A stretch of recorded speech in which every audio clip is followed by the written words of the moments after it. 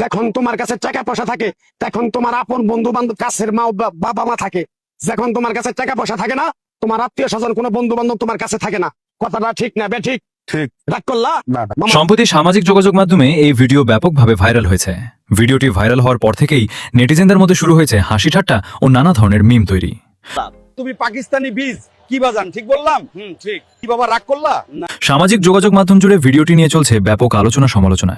Viral হওয়া সেই ভিডিওতে একজন ব্যক্তিকে কবিরাজ বা গণক হিসেবে পরিচয় করিয়ে দেওয়া হলেও বাস্তবে তিনি কোনো কবিরাজ বা গণক নন, তিনি একজন অভিনেতা।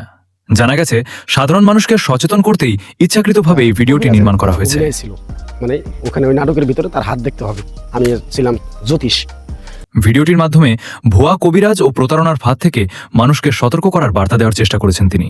আমি কারো ঝাড়া ফোঁকাও দিই না, কিছু না। এটা কিন্তু একটা সতর্কমূলক একটা ভিডিও করছি আমি। মানে আমার শুটিং শেষ হওয়ার পরে ওই ছেলেটা যাইতেছে, পরে ডাক দিয়ে আমি হাতটা দিকে দিছি। রাতের ভিতরে ভাইরাল হয়ে গেছে অনেক টিভি